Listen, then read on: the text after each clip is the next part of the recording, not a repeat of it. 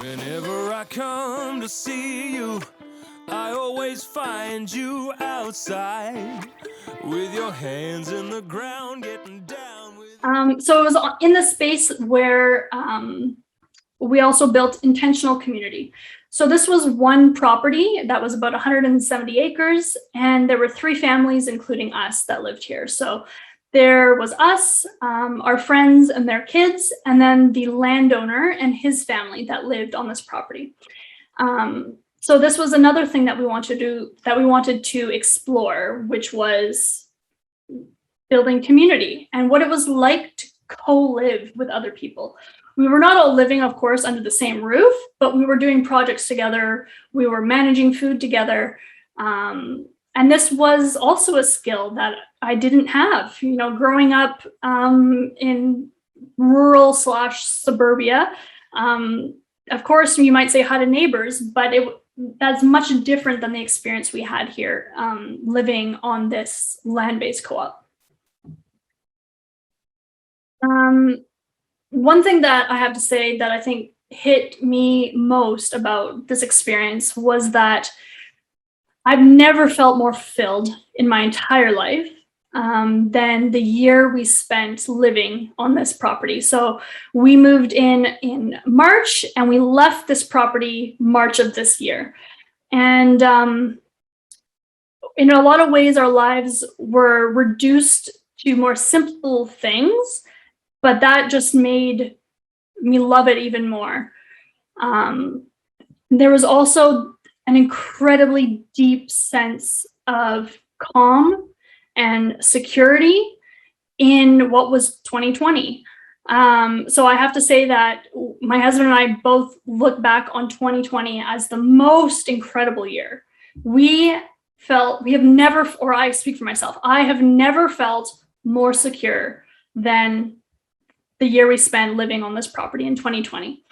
And I think that's because really fundamental things were being fulfilled that, I felt were very fragile apart from living here. So we were producing food. We had a huge root cellar that was full of food, and we had that food security.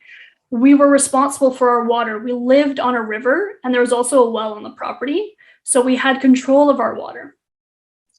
Shelter was something you'll see. I'll have a slide coming later on shelter, but we were gaining control of our shelter, of what we lived in and how we heated. And we also had the opportunity to explore alternative currencies. So things like bartering and trade. So this was something that I also wasn't used to. All I was used to was just exchanging regular money, regular fiat money, and how that worked. But learning to trade time and barter was also a skill that was very useful here. So I would say my time here at this co-op was really something that connected me deeply to being human, to producing and taking control and responsibility for the things that I consumed and needed every single day. And something that we do in the PDC is that we talk about what is called a values and vision process. And that really helps you come to realize what is important for you in your context. A lot of people want a recipe. Okay, I want to know permaculture. I want to know exactly what you did. I'm going to replicate that. And sometimes you have to do that at the start to learn. But the values and vision process really helps people figure out exactly what is needed to suit your context and what is important for you. And this is something that we did as a group, as an intentional community. We did a values and vision process together.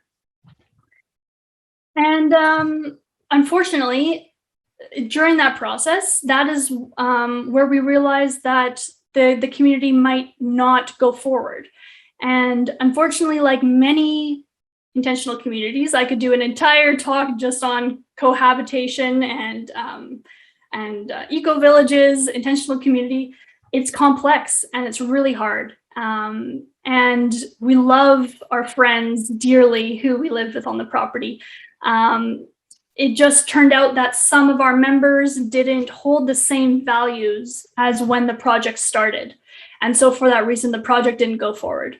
But my husband and I are eager to get back to this because, like I said, we have never felt more fulfilled. We have never felt more secure, or have never had a deeper sense of calm every day in this type of a situation, knowing that you have people that are supporting you in your life endeavors, in getting water, in getting power. So this had an incredibly huge impact on our lives. And all I wanna do is join you in that morning sunshine.